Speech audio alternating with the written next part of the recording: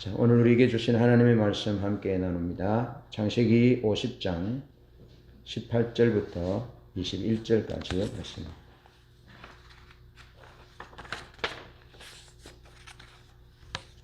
구약성경 창세기 50장 18절로 21절 제가 봉독합니다. 그의 형들이 또 친히 와서 요셉의 앞에 엎드려 이르되 우리는 당신의 종들이니이다. 요셉이 그들에게 이르되 두려워하지 마소서. 내가 하나님을 대신하리이까. 당신들은 나를 해하려 하였으나 하나님은 그것을 선으로 바꾸사 오늘과 같이 많은 백성의 생명을 구원하게 하시려 하셨나니 당신들은 두려워하지 마소서. 내가 당신들과 당신들의 자녀를 기르리이다 하고 그들을 간곡한 말로 위로하였더라. 아멘. 오늘은 빚어짐의 주제로 말씀을 나눕니다. 여러분, 믿는 자와 믿지 않는 자의 차이 가운데 그 삶을 결정짓는 것이 무엇이라고 생각합니까? 믿는 자와 믿지 않는 자의 삶을 결정짓는 삶의 차이. 그것은 안 믿는 사람은 자기 뜻과 자기 목적을 위해 삽니다. 그러나 믿는 자는 그가 믿음이 분명한 사람이라면 그는 자기 뜻을, 자기 목적을 위해 살지 않고 하나님의 목적을 위해서만 삽니다. 그리고 우리가 믿음의 사람이라 하면서도 내 목적이 중심이고 우선이고 하나님 목적은 믿는 사람이라는 이유 때문에 어쩔 수 없이 그저 곁들인 것이라면 그 믿음은 자기 중심적인 믿음입니다. 믿는 자와 믿지 않는 자의 삶의 차이는 그것입니다. 여러분, 이런 논리를 토대로 해서 우리 삶을 들여다보면 우리 인생에서 우리의 뜻은 없습니다. 우리의 뜻은 없습니다. 우리 삶에 하나님의 뜻만 있습니다. 여러분, 노아의 삶에 노아의 뜻은 없었습니다. 하나님의 뜻만 있었습니다. 여러분, 노아가 한 일이 무엇입니까? 여러분, 우리가 기억하는 노아의 삶은 노아가 밥 먹고 장가가고 애 낳고 하는 그런 것들은 일상적인 것이고 노아의 삶은 하나님의 방주를 지어서 인류의 중시조가 된 것이 노아의 삶의 전부입니다. 그러니까 노아의 뜻은 없는 거죠. 노아를 보고 세워놓으신 하나님의 계획은 있습니다. 그런데 노아의 삶에는 하나님의 뜻만 있는 거죠. 그 하나님의 뜻을 위해서 노아를 보시고 하나님이 노아의 삶에 계획해 놓은 것이 있는 거죠. 엄격히 말해서 우리가 하나님을 믿는 하나님의 백성이라면 우리의 뜻은 없어져야 되는 거죠. 여러분, 예수님의 뜻이 개인적인 뜻이 있었습니까? 예수님의 삶에는 오직 십자가 지는 하나님의 뜻만이 존재했습니다. 그것이 예수님의 삶의 목적이었고 이유였습니다. 예수님이 예수님의 개인적인 뜻은 없습니다. 아버지의 뜻대로 맞추었습니다. 아버지의 뜻대로 아버지의 뜻을 이루기 위해서 예수님이 이 땅에 오셨고 사셨고 고통당하셨고 십자가를 지시고 죽으셨고 부활하셨습니다. 아버지 뜻밖에 없는 것이죠. 여러분, 오늘 말씀을 들으면서 우리의 성품과 우리의 삶이 하나님의 뜻과 하나님의 목적을 위한 삶으로 조정되기를 바랍니다. 조정되어져야 합니다. 오늘 요셉이 보여주는 삶을 통해서 세 가지를 살펴보는데요. 먼저 요셉은 인생의 주인이 하나님이 되시도록 빚어졌습니다. 인생의 주인이 하나님이 되셔야 한다는 겁니다. 여러분, 하나님은 주권자이십니다. 하나님은 주권자이십니다. 주권자이신 하나님께서 천지 만물을 하나님의 뜻대로 창조하셨습니다. 아담과 하와를 지으셨습니다. 그리고 셈을 선택하시고 또 노아를 선택하시고 아브라함을 선택하시고 이스라엘을 선택하시고 하나님께서 주권자이시기 때문에 하나님의 뜻대로 사람을 선택하세요. 자, 하나님이 행하신 일에 대해서 우리는 하나님이 주권자이심을 인정해야 합니다. 하나님이 주권자이시다. 하나님이 창조하신 것도 하나님의 뜻대로 창조하셨고, 하나님이 사람을 선택하셔서 구원하신 것도 하나님의 뜻과 목적을 따라서 하나님이 주권자이셔서 그렇게 하셨다. 그런 인정을 하셔야 합니다. 그래서 우리 삶 가운데서 어떤 여러 가지 일들이 일어날 때 하나님이 무슨 일을 하시는지 보셔야 합니다. 우리 삶의 주변의 환경을 통해 사건을 통해서 하나님께서 일하세요. 하나님께서 일하십니다. 그런데 하나님은 일하실 때 우리를 하나님의 관계 가운데로 초청하시기 위해서 일하세요. 하나님과의 관계 가운데로 초청하시기 위해서 일하시는 거죠. 자, 이 관계를 보면 하나님 성경에 보면 이렇게 말합니다. 하나님이 야곱은 사랑하시고 에서는 미워하셨다. 그렇게 기록하고 있잖아요. 여러분, 하나님이 구원이라는 목적, 근데 예수 믿어 구원받는 구원이라는 목적을 초점을 두고 보면 왜 하나님이 야곱은 사랑하시고 에서는 덜 사랑하시지? 하나님의 사랑이 불공평하시잖아. 그렇게 할 수 있습니다. 그런데 성경을 자세하게 보면 주관자이시고 모든 역사를 이끌시는 하나님의 입장에서 볼 때 에서는 하나님의 뜻에는 하나님의 목적에는 관심이 없었습니다. 그러나 야곱은 조용한 사람이라고 장막에 거했는데 야곱의 중심은 하나님의 뜻, 하나님의 목적, 하나님의 언약을 붙드는 그런 소중한 삶을 살았습니다. 그래서 하나님이 에서보다 야곱을 사랑하는 것이 에서의 입장에서 보면 하나님이 편애하시고 좀 지나치시고 하나님의 사랑에는 좀 결함이 있다 그렇게 생각될 수 있겠지만 하나님이 야곱을 사랑하신 이유는 하나님이 하나님의 목적을 이루기 위해서 하나님이 주권자이시기 때문에 하나님이 단순히 한 개인의 구원을 위해서 그렇게 선택한 것이 아니라 하나님이 야곱을 선택하셔서 하나님의 뜻과 하나님의 목적을 이루시도록 하시고자 그렇게 하셨다는 거죠. 에서는 하나님과의 관계를 중시하지 않았습니다. 그런데 야곱은 하나님과의 관계를 중시했고 하나님의 언약을 중시했고 하나님의 뜻을 중시했던 것이죠. 그래서 하나님이 야곱을 사랑하시고 에서는 덜 사랑했다, 미워했다. 그렇게 표현하고 있는 것이죠. 여러분, 오늘 말씀은 19절 말씀을 보면 아버지 야곱이 죽었어요. 아버지 야곱이 죽으니까 요셉의 형들이 혹시나 자기들이 요셉에게 한 잘못에 대해서 보복할까 봐 아버지를 빙자해서 용서할 것에 대해서 말합니다. 그 말을 들은 요셉은 19절에서 두려워하지 마소서 내가 하나님을 대신하리이까 그렇게 말하면서 요셉은 형들의 얘기를 들을 때 눈물을 흘렸다. 그렇게 말씀하고 있습니다. 여러분, 창세기 45장 5절 8절에 보면 요셉이 형들과 만날 때 당신들이 나를 애굽에 팔았으므로 근심하지 마십시오. 한탄하지 마십시오. 하나님이 나를 생명을 구원하기 위해서 당신들보다 먼저 앞서 애굽으로 보내었습니다. 라고 고백한 내용과 동일한 내용입니다. 우리가 잘 알다시피 요셉은 아버지의 사랑을 독차지했습니다. 비단 옷을 입었고 이렇게 소매가 긴 공주들이 입는 옷을 입었습니다. 복식을 보면 신분이 어떤지 알 수 있는데 왕자와 같은 그런 복식을 입었습니다. 여러분, 손가락이 나와야 일을 하죠. 손톱을 싹 잘라야 일을 잘하죠. 그런데 손이 덮이는 비단 옷을 입었으니까 요셉은 아버지로부터 특별한 사랑을 받았죠. 형들이 일할 때 요셉은 일하지 않았습니다. 그래서 형들의 미움의 대상이 되었고요.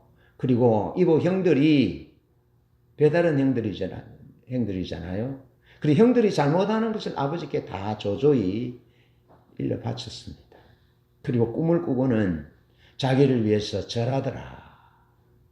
그렇게 얘기하니까 성경은 37장 4절, 5절, 8절에서 형들이 요셉을 미워했다.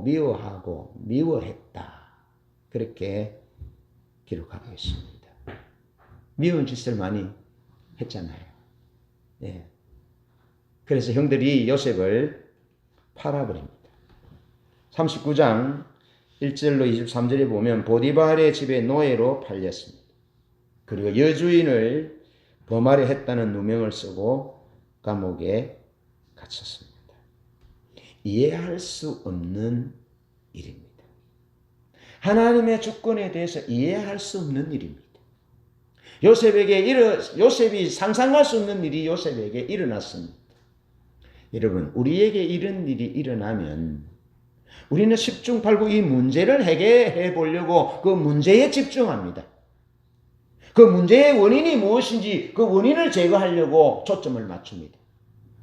그런데 요셉에게 일어난 일들을 통해서 요셉이 놓치지 않았던 것이 있는데 그것은 하나님과의 관계를 놓치지 않았다는 겁니다. 여러분, 어떤 일이 있어도 로마서 8장에서 이렇게 말합니다. 환난이나 적신이나 위험이나 칼이나 현재일이나 장래일이나 높음이나 기쁨이나 다른 그 어떤 것들로부터 그리스도 예수 안에 있는 하나님의 사랑에서 우리를 끊을 것이 없다. 그렇게 성경은 우리에게 말씀하고 있습니다. 그리고 요셉에게 일어났던 일은 배반입니다. 팔림입니다. 누명입니다. 사형수들이 갇히는 그런 감옥에 들어가서 언제 죽을지 모릅니다. 이럴 때 요셉이 놓치지 않았던 것은 하나님이 주권자이시다.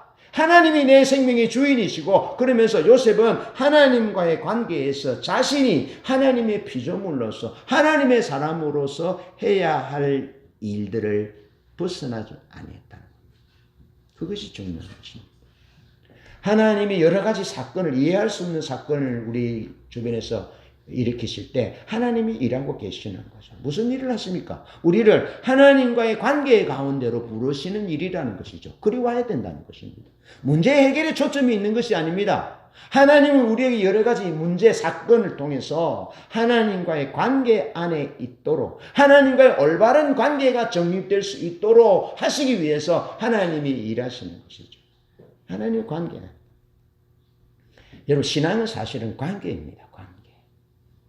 우리가 율법주의 신앙에 오랫동안 젖어 있기 때문에 하나님과의 인격적인 관계, 우리 어떤 내면의 변화 이런 것보다는 외부적인 어떤 헌신, 노력, 드림, 외부적인 복종 그런 것들에 초점이 맞춰져 있고 그런 것들이 잘하면 믿음이 좋은 것처럼 생각하는데요. 그렇지 않습니다. 그런 사람들의 삶에 환난이 오면 하나님을 원망합니다. 뜻하지 않은 일이 일어나면 신앙을 버리고 낙심하기도 하고 신앙을 버리고 자기 길로 가기도 합니다. 잘못된 신앙이죠. 올바르지 않는 신앙이죠.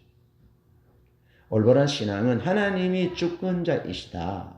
그래서 내 삶을 통해서 하나님이 하나님의 뜻을 이루시기 위해서 내가 하나님과의 관계 가운데 올바른 관계 가운데 있게 하시기 위해서 하나님이 우리를 여러 가지 사건과 사고를 통해서 우리를 관계 가운데로 초청하신다는 겁니다. 여러분, 요셉이 보디발의 집에 있을 때에 하나님과의 관계가 형들이 자기를 노예로 팔았다고 해서 하나님과의 관계를 등한시했습니까? 보디발의 아내가 자기를 유혹한다고 해서 이제 누명을 썼습니다. 그때 요셉이 하나님과의 관계 설정에 있어서 바르게 하지 못했습니까? 이 집에는 나보다 큰 이가 없습니다. 주인이 내게 모든 것을 맡겼었지만 당신은 10년은 당신은 금했습니다. 범하지 말도록 하셨습니다. 내가 어찌 이 큰 악을 행하여 하나님께 득죄하겠습니까? 하고 하나님과의 관계를 우선시했고 하나님과의 관계를 바르게 설정했고 하나님과의 관계에서 벗어나지 않으려고 했다. 이것이 믿음. 이것이 하나님과 동행하는 믿음이고 이것이 우리를 믿음에 승리할 수 있도록 만드는 첩경인 것이죠. 하나님과의 관계. 여러분, 하나님과의 관계를 올바르게 하는 핵심은 하나님이 주권자이시다. 하나님이 주권자. 하나님이 내 생명의 주인이시고 하나님이 우리 가정의 주인이시고 하나님이 내 인생의 주인이시라는 사실을 꼭 기억하시고 하나님이 내 인생을 통해서 하나님의 일을 뜻을 이루기 위해서 하나님이 나를 지으셨고 부르셨고 구원하셨다 하는 생각을 잊지 마셔야 한다는 것입니다. 요셉은 그것을 잊어버리지 아니했다. 자, 그렇게 하나님과의 올바른 관계를 설정했을 때 환경은 근본적인 환경은 달라지지 않아서 여전히 그는 노예입니다. 여전히 그는 노예고 하나님과 올바른 관계에 충성했지만 그는 그 여주인을 욕보이게 했다는 죄로 감옥에 갇혔습니다. 그 감옥은 사형수들이 들어가는 감옥입니다. 언제 죽을지 모릅니다.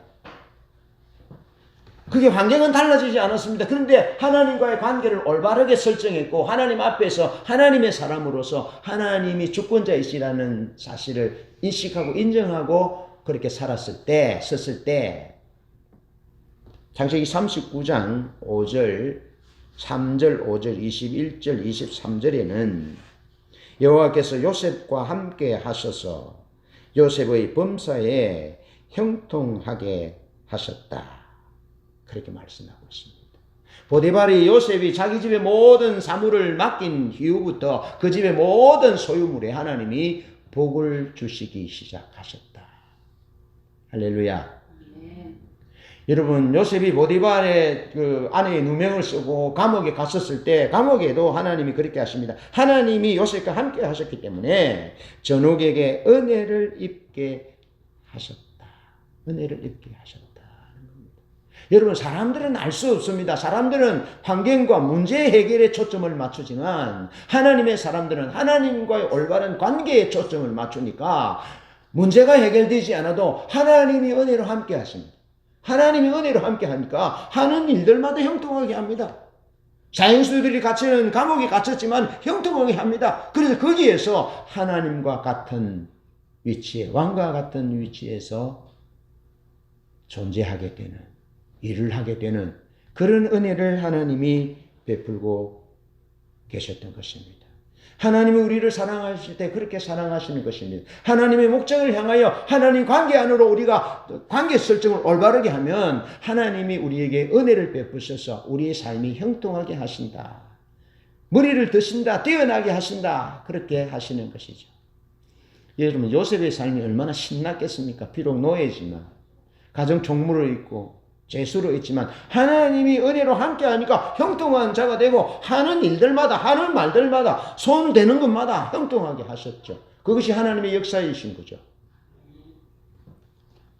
여러분, 신학자 브루그만은 요셉의 하나님을 숨어 계신 하나님이다. 그렇게 말합니다. 숨어서 부르시는 하나님입니다. 우리가 이게 성경을 보니까 요셉이 하나님이 계시고 요셉이 있고 하나님 함께해서 요셉에게 형통하게 됐는데 요셉의 삶에서 볼 때는 하나님 보이지 않습니다. 하나님 보이지 않습니다. 그래서 숨어서 보시는, 숨어 계신 하나님, 숨어서 부르시는 하나님이라고 정의하고 있습니다. 여러분, 하나님은 하나님의 뜻과 하나님의 목적을 위해서 요셉이 하나님을 의지하도록 빚으셨고 하나님과의 올바른 관계 설정을 위해서 그것을 소중히 여기는 사람으로 하나님이 요셉을 빚으셨고 하나님의 성품을 담도록 하나님이 그를 빚으셨다는 겁니다. 보디발의 집이라는 곳에 노예로 팔렸을 때 또 감옥에 gat혔을 때 그때도 요셉이 해야 하는 일은 하나님 앞에 올바른 관계 가운데 있는 것이고 하나님 앞에 빚어지는 것이었습니다. 하나님의 성품으로 빚어지는 것입니다. 그것을 가능하게 하는 것은 하나님의 주권을 인정하는 것입니다. 하나님이 주권자이심을 인정하는 것. 여러분, 제가 하나님의 주권을 인정할 때 어떤 삶의 변화가 있는지를 경험한 것을 잠깐 나누면요. 저는 저희 선친으로부터 참 많은 사랑을 받았습니다. 저희 선친께서 46세 저를 막내로 5자녀를 잃고 아들 하나 얻으셨죠. 물론 누님, 두 분이 계시지만 그렇게 46세 저를 마지막 아들이라 얻으셔서 얼마나 사랑하셨는지 모릅니다. 아버지한테 한 번도 맞지 않았습니다. 물론 이제 아버지가 화가 나셔서 회초리를 드시고 때리려고 하면 저와 아버지 사이에 중보자가 있는데 저희 어머니가 막았어서 그래서 한 대도 안 맞았습니다. 그런데 아버지가 말씀으로서 이렇게 부당하게 내가 생각할 때 좀 부당하다. 내 진실과는 다른 말씀들을 이렇게 하실 때 반발심이 생기잖아요. 그래서 주권자, 권위자에 대한 이런 올바르지 못한 자세가 제게 있었어요. 아버지와 아들과의 관계에 있어서 그 주권의 문제가 해결되지 않으면, 다시 말해서 아버지가 아들을 친절하게 인격적이지 않고 그냥 아버지라는 이름으로 그냥 누르고 이렇게 할 때 자녀에게 나타나는 마음의 틀은, 굳어지는 틀은 일단 권위자에 대해서 일단 대들고 보는 겁니다. 일단 권위자의 이 말을 무시하고 보는 겁니다. 제가 그랬거든요. 그러니까 권위자가 뭐 잘하고 있을 때 무시하는 것이 아니고 권위자가 자기 기준으로 볼 때 좀 잘못됐다, 모자란다 그러면 말을 듣지 않는 겁니다. 제게 그런 기질들이 그 반골 기질이라 하죠. 예. 그러니까 좋게 말하면 어려운 길로 가고자 하는, 바른 길로 가고자 하는 것인데 올바르지 않는 관점으로 보면 아버지의 불효자죠. 불효자죠. 권위자에 도전하는 자죠. 권위. 근데 심각한 문제는 그렇게 성장한 자녀들은 절대 주권자이신 하나님과의 관계에 있어서 문제가 생긴다는 겁니다. 문제가 생긴다. 그래서 아버지가 아들을 좀 비인격적으로 권위적으로 이렇게 양육한 사람들은 하나님과의 관계에 있어서 하나님의 주권을 인정하는, 하나님과의 관계를 건강하게 설정하고 건강하게 유지하는 것에 있어서는 문제가 생긴다는 겁니다. 제가 그랬거든요. 그래서 리더가 했던 얘기를 또 하고, 리더가 시간을 길게 잡아먹고 설교를 한다든지 이러면 이제 마음에서 불편하는 겁니다. 왜 했던 얘기를 또 하냐는 거예요. 아는 얘기를 왜 또 하느냐라는 거예요. 그런데 우리 눈에 보이지 않는 성령님이 하나님과의 관계를, 요셉이 하나님과의 관계를 여러 가지 사건을 통해서 하나님과의 관계를 중요하게 생각하고 바르게 설정하는 그런 몸부림 가운데 어느 순간에 리더가 했던 얘기를 또 하고 설교를 길게 하고 일어났던 사건들에 대해서 한 번 들으면 다 알잖아요. 그 한 번 들은 얘기를 4번, 5번 해도 무슨 생각이 딱 들어오냐 하면, 저분이 리더이신 저분이 하시는 말씀은 하나님이 하신 일을 지금 말씀하는 거다. 그러니까 하나님이 하신, 전능하신 하나님, 천지를 창조하셔 구원하신 만왕의 왕이신 그분이 하신 일을 우리가 들을 때 10번도 들을 수 있고 100번도 들을 수 있고 1000번, 10,000번도 들을 수 있어야 한다는 겁니다. 왜? 우리는 피조물이고 하나님 그분은 절대자이시고 우리는 그릇이고 그분은 우리 그릇을 만드신 토기장이시기 때문에 하나님이 행하신 놀라운 일들에 대해서 수천 수만 번을 들어도 왜 그 얘기를 또 합니까? 라는 그런 주권 앞에 반발하지 않는 변화가 내 내면에 일어났던 것을 경험한 거죠. 그러니까 하나님과의 관계도 더 깊어지고 리더와의 관계도 더 깊어지고 아버지와의 관계도 더 깊어지고 그래서 실제적으로 하나님의 주권을 인정하는 삶을 살 때 하나님의 주권 아래 들어가는 인생을 살 때 아버지와의 관계도 엄마의 관계도 하나님과의 관계도 교회 리더와의 관계도 아주 깊어지는 것이죠. 그런 놀라운 일들을 경험해요. 그래 다른 사람들은 뭐 예배들 저 뒤에 앉고 뭐 줄이를 들고 했던 얘기를 또 하고 지난번에 뭐 컨퍼런스 때 했던 얘기를 또 하십니까? 그런데도 저는 아버지가 하신 일을 나누시는데 그 놀라우신 아버지 창조주시고 구원자이신 아버지의 얘기를 뭐 한 번만 들을 이유가 뭐가 있어? 100번이고 1000번이고 기쁨으로 들어야지 하는 마음이 내 마음속에 쑥 들어왔어. 얼마나 은혜스러운지 몰라요. 그런 삶이기를 축복합니다. 하나님이 절대 주권자이심을 하나님의 주권을 인정하는 것은 실패하는 것이 아닙니다. 지는 것도 아닙니다. 그렇게 하나님의 주권을 인정할 때만이 우리가 하나님과의 깊은 관계 가운데로 들어가게 된다는 것입니다. 여러분 우리 주님 예수님이 사셨던 삶을 보십시오. 철저하게 하나님 아버지의 주권 안에 들어가십니다. 예수님이 하나님이십니다. 하나님의 아들이십니다. 하나님과 동등됨을 취할 것으로 여기지 아니하셨습니다. 그래서 예수님 하나님과의 깊은 관계 가운데서 하늘의 비밀을 알고 그렇게 사역을 감당하다가 하나님의 뜻을 이루고 십자가에 주시고 돌아가시고 부활하셨잖아요. 성천하셨잖아요. 재림을 약속하셨잖아요. 하나님의 주권을 인정하는 믿음으로 빚어져야 합니다. 그렇기를 축복합니다. 두 번째로 하나님의 섭리를 인정하고 삶을 조정하는 자로 빚어져야 합니다. 하나님은 전능하신 분이고 모든 것을 다 아시는 분이고 모든 것을 보시는 분이고 모든 것을 준비하시는 섭리자이십니다. 하나님이 섭리자이라는 그 의미 가운데는 하나님이 전능하신 분이고 하나님을 모든 것을 보시는 분이고 하나님이 미리 다 내다보실 뿐만 아니라 대책을 세우시는 분이고 하나님은 배려하시는 하나님이라는 이 세 가지 요소가 하나님의 섭리를 이해하는 요소인 것입니다.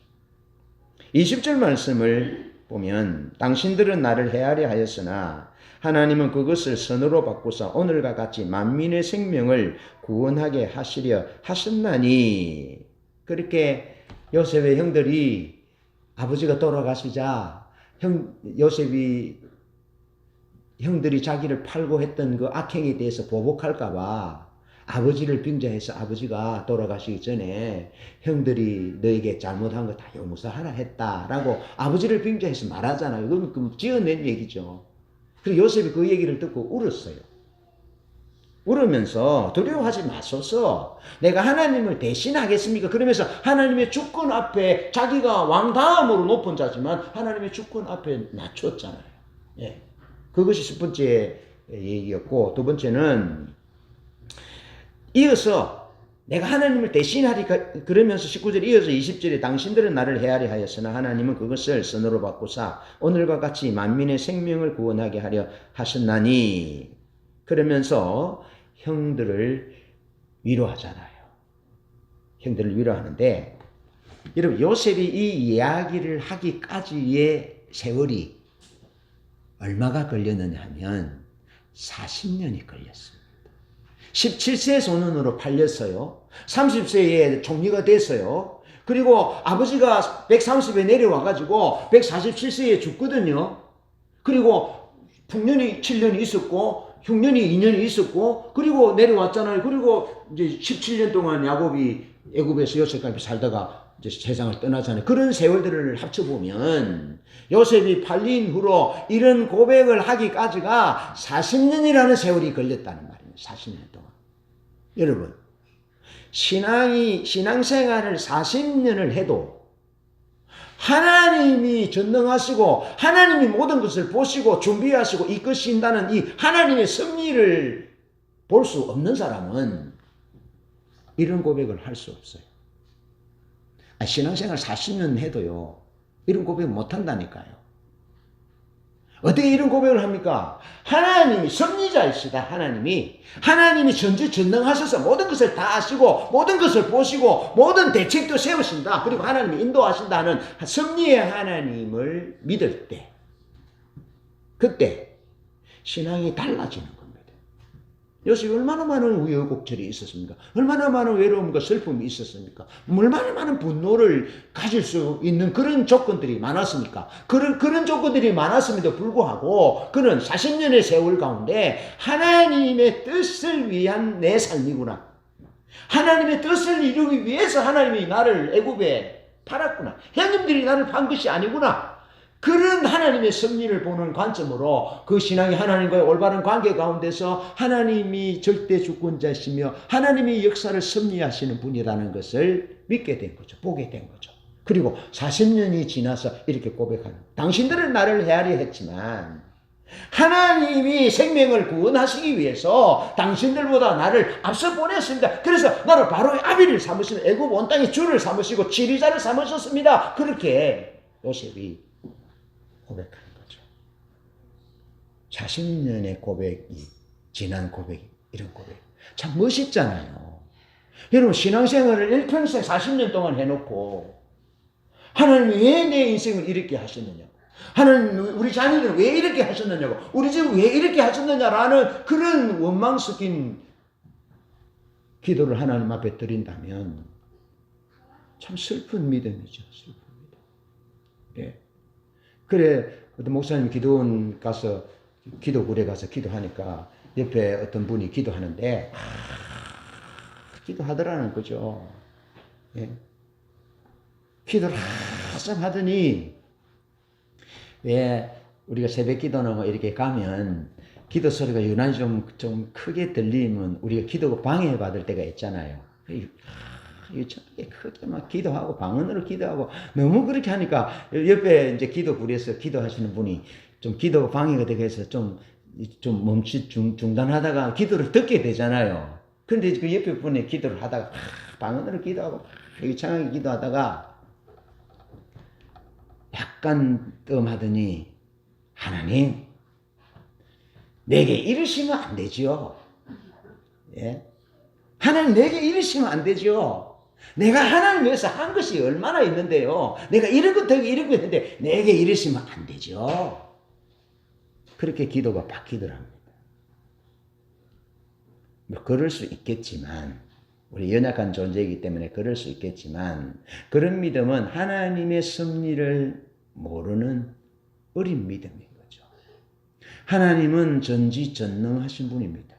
하나님은 우리가 태어나기 전에부터 계셨고, 우리를 아셨고, 태중에서 복중에 짓기 전에부터 우리를 아셨고, 우리를 하나님의 형상대로 지으셨고, 우리 삶을 아시고 우리 삶을 이끄시고 인도하시며 성령을 보내셔서 우리를 하나님의 나라로 분명히 견인할 것에 대해서 약속해 주고 계시는 하나님.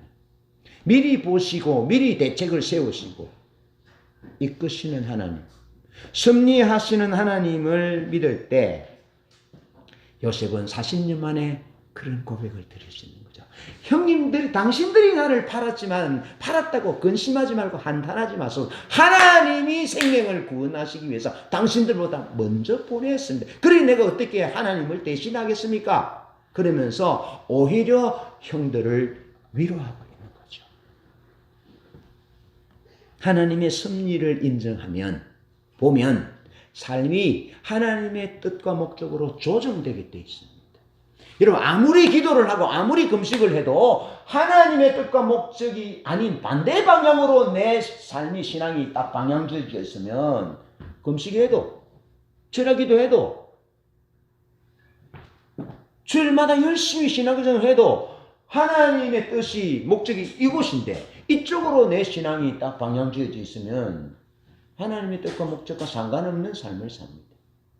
그런데 하나님의 섭리를 인정하는 믿음, 하나님의 섭리 아래 사는 삶은 이게 조정되게 되어 있습니다. 어디로? 하나님의 뜻과 목적을 향하여 하나님의 섭리를 따라서 하나님의 뜻과 목적의 삶이 조정되게 되어 있는 거예요. 그래야 하나님의 뜻을 이루는 거죠. 여러분, 일이 잘못되어 갈 때, 우리가 환경을 해석할 때 많이 주의해야 합니다. 일이 잘못되어 갈 때, 환경을 해석할 때 어디로 초점을 맞추라고요? 하나님과의 관계에 초점을 맞춰야 돼요. 일이 잘못되면 그 일을 해결하기 위해 초점을 맞추는 것이 아니고, 하나님은 우리의, 보세요. 요나가 스페인으로 갈라 하잖아요. 저기 이라크 쪽으로, 이라크 쪽으로 안 가고 스페인 쪽으로 가려니까 하나님이 지금 이라크 쪽으로 가라 하는데 반대 방향으로 가니까 어떻게 합니까? 하나님이 환경을, 풍랑을 벌써 막잖아요. 그러니까 어떻게 합니까? 풍랑을 이겨보려고 하면 별 행동을 다 하다 안 되잖아요. 그러니까 여러 가지 환경의 어려움이 올 때 우리는 그 환경을 문제를 해결하려 하지 않고 하나님과의 관계를 바르게 설정해야 되는 거죠. 그래서 환경이 잘못되어 갈 때, 일이 잘못되어 갈 때 환경을 해석하는 데 있어서 매우 주의해야 합니다. 네, 답은 하나님과의 관계로 해석해야 합니다. 그러면서 우리의 문제는 너무 빨리 결론을 내려버리는 데 있습니다. 너무 빨리 결론을 내립니다. 여러분, 하나님이 얼마나 오래오래 기다려 주신 줄 아십니까? 어느 책을 보니까 마리아에게 가브리엘을 보낸 그 세월이 몇백 년을 기다렸다는 거예요. 가브리엘이 하나님 앞에 예수님의 탄생 소식을 알려주기 위해서 몇백 년을 기다렸다가 가졌다는 거예요. 하나님이 여러 가지 책을 읽어보면 어떤 목사님들과 어떤 성도님들과의 관계를 이렇게 화해시키기 위해서 얼마나 많이 기다리게 하시는지, 8년씩 기다리게 하시고, 저 경우에도 몇 년씩 기다리게 하시고, 몇 년을 기다리게 하셔서 그 문제를 해결할 뿐 아니고 그 문제를 통해서 하나님과의 관계, 메시지를, 하나님의 영광을 가로채지 말아야 되는 이런 여러 가지 중요한 일들을 하나님께서 함께 가르치시더라고요. 우리는 너무 조급하다는 거죠. 당장은 무슨 일이 일어나기를, 우리 문제가 금방 해결되기를 원하는 이런 조급한 문제를 해서 벗어나야 하는 거죠. 하나님 환경과 사건을 통해서 우리를 하나님과의 관계로 부르신다는 사실을 기억하시고, 하나님은 광대하신, 위대하신 분입니다. 하나님은 조급한 분이 아니십니다. 하나님의 사랑도 그렇습니다. 하나님의 인내도 그렇습니다. 우리의 환경을 해석할 때 우리는 너무 조급하지 말아야 한다는 것입니다. 요셉은 자기 자신이 경험한 사건, 이해할 수 없는 배반과 누명을 자기 자신의 논리로 결론 짓지 않았습니다. 여러분, 누가복음 15장에 보면 집 나간 탕자가 들어오잖아요. 그래, 아버지가 잃어버린 아들, 죽었다가 다시 살아난 아들을 위해서 잔치를 하잖아요.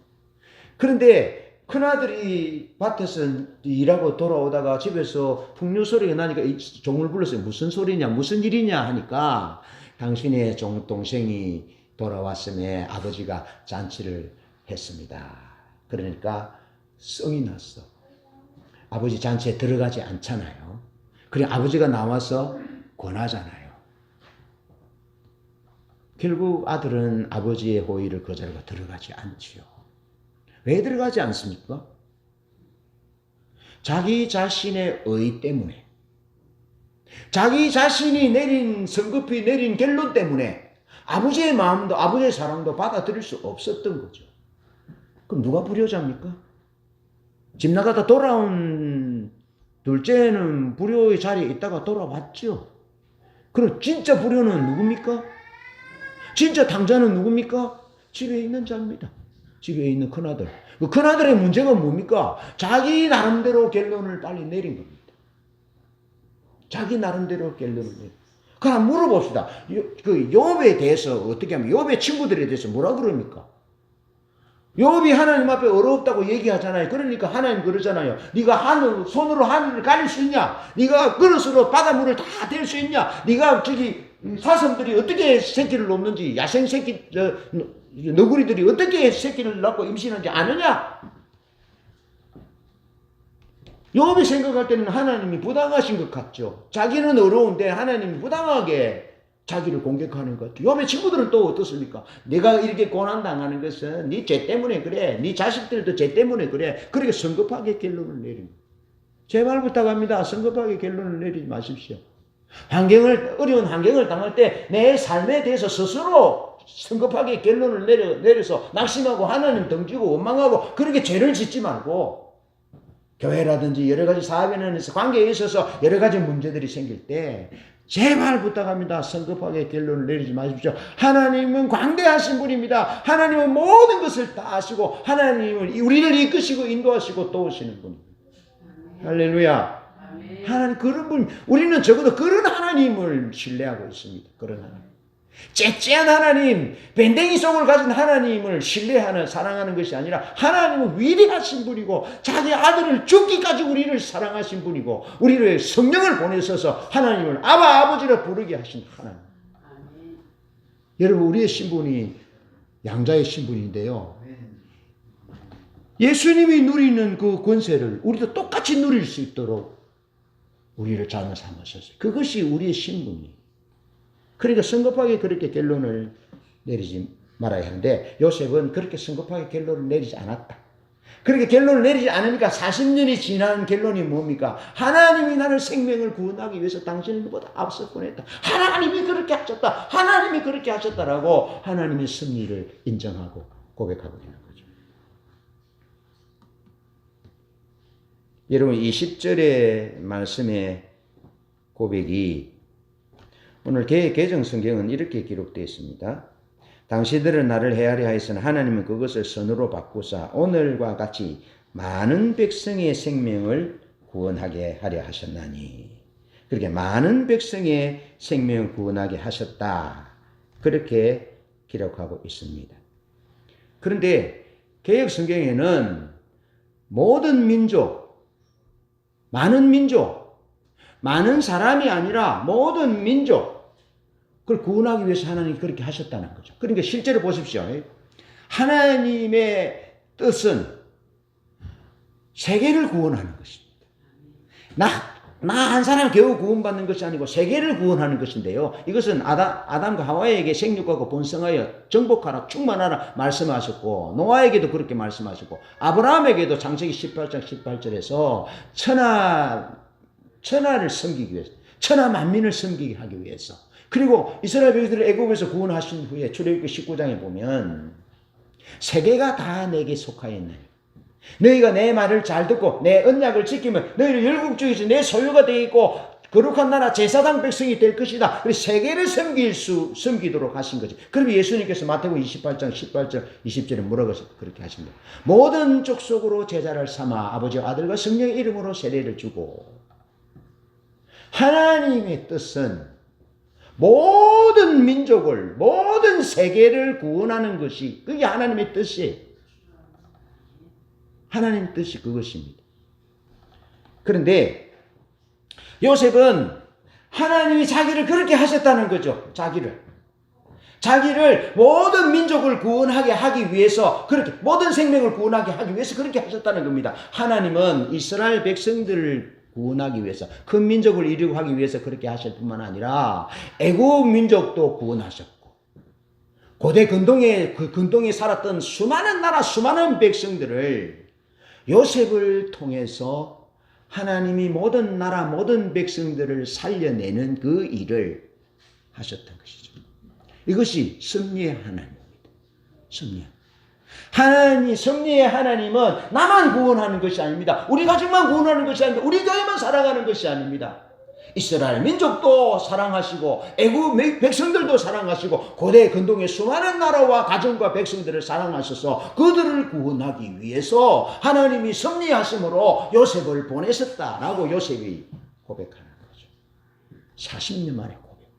40년 만에. 그 요셉은 진짜 하나님의 은혜를 입어서 진짜 백인 거죠. 진짜인 거죠. 하나님의 섭리하심을 보고 하나님의 섭리를 향하여 내 삶이 조정된 사람은 그 수많은 아픔의 사건들, 이해할 수 없는 사건들에 대해서 하나님이 모든 민족을 구원하기 위한 모든 세계를 구원하기 위한 아담과 하와부터 계획하셨던 그 계획을 나를 통해서 이루시는구나 그렇게 결론을 내리게 되는 것입니다.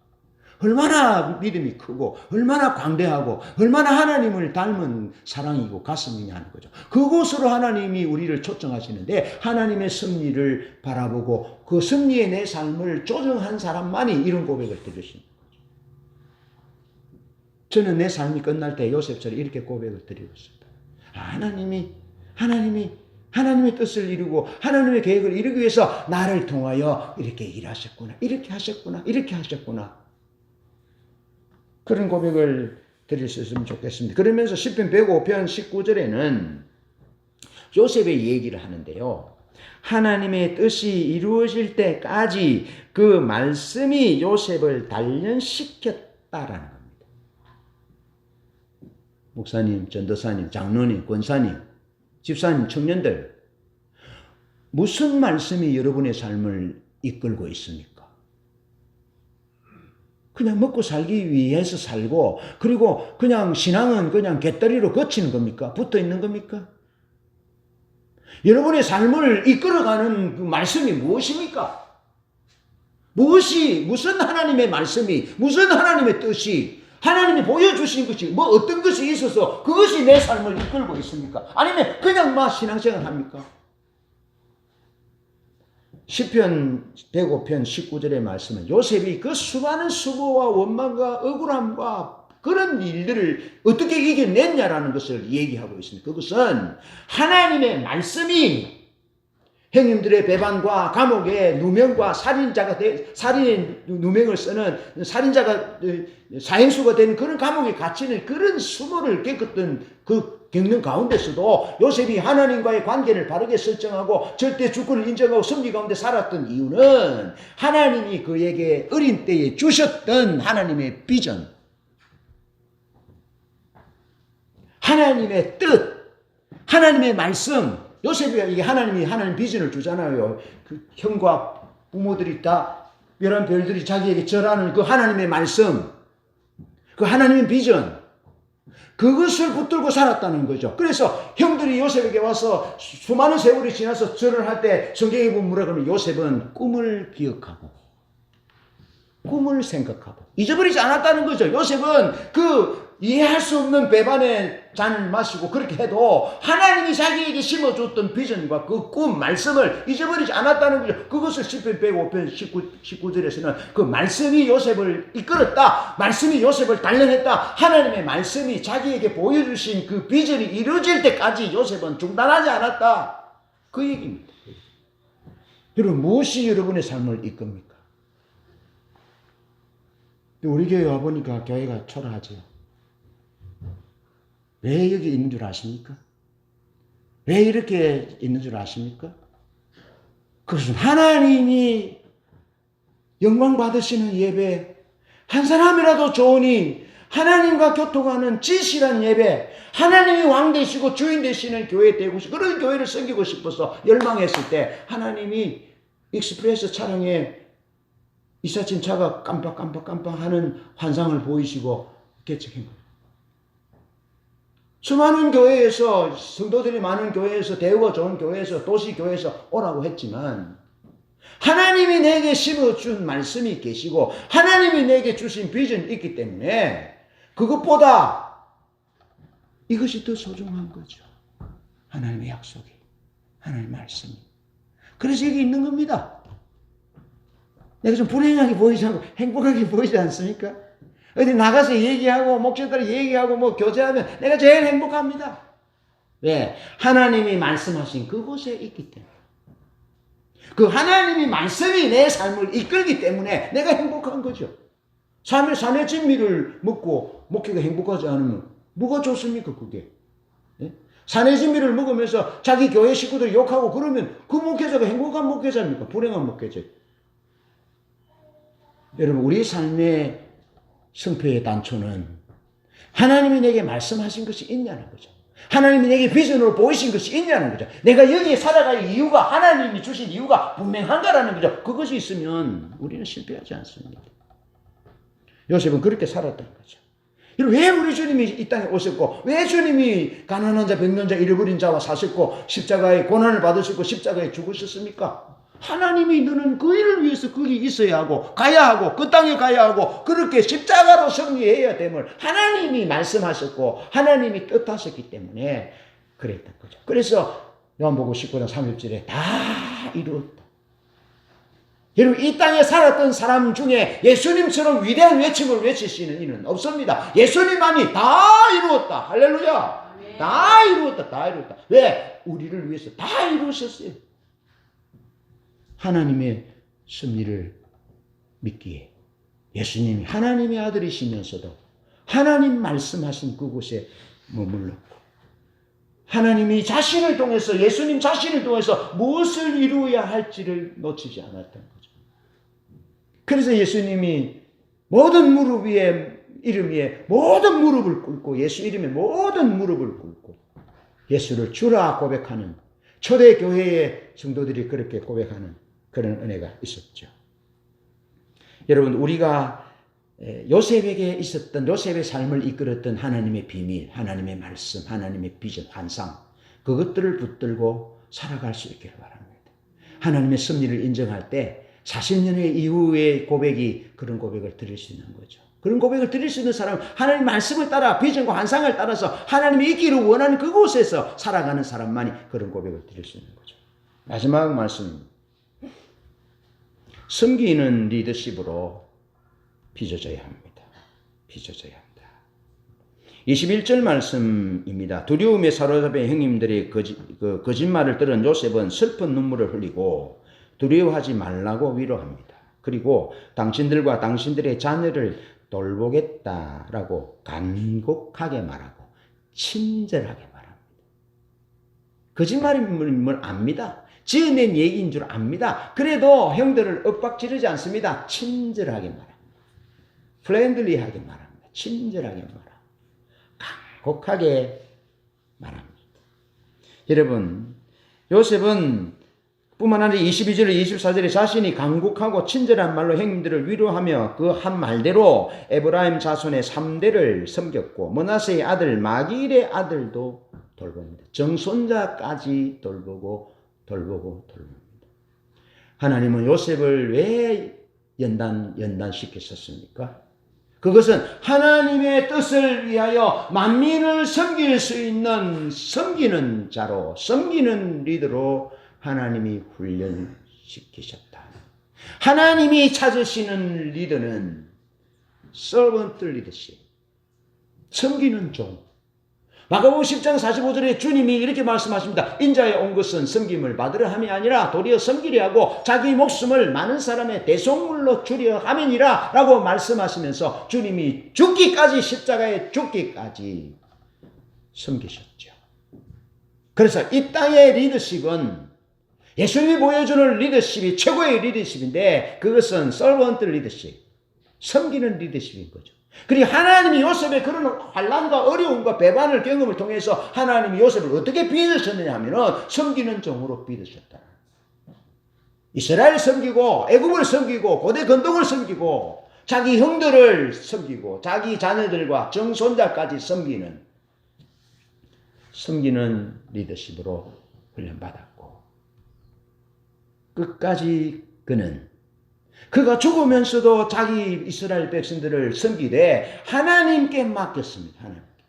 자기 종을 만드는 것이라 하나님께 맡겼어. 그렇게 하나님의 생명을 누릴 수 있도록 하셨고 그가 죽을 때까지 그는 하나님의 손에 남아 있었죠. 하나님의 손에 남아 있어서 죽을 때도 하나님의 종으로 남아 있습니다. 섬김의 종으로 훈련받았고 죽을 때까지 하나님의 손에 하나님의 원하시는 종으로 남아 있었던 거죠. 성경의 하나님의 사람들은 종으로 훈련받았고 끝까지 하나님의 손에 종으로, 하나님의 종으로 남아 있었던 거죠. 그것이 우리가 빚어져야 할 이유입니다. 상대방이 내 기대를 충족시켜 주지 않을지라도 하나님이 환경을 통해서 내가 이해할 수 없는 그런 여러 가지 일들을 일어나게 하실지라도 섬김이 목적이셨던 주님처럼 하나님과의 관계로 우리를 초청하시는 그 하나님의 의도와 의중과 목적과 뜻을 알아서 요셉처럼 잘 빚어지는 우리 구주 예수님이 사셨던 그런 섬김의 삶을, 세상을 구원하는 삶을 사는 우리 모두 되시기를 주님의 이름으로 축복합니다. 아멘.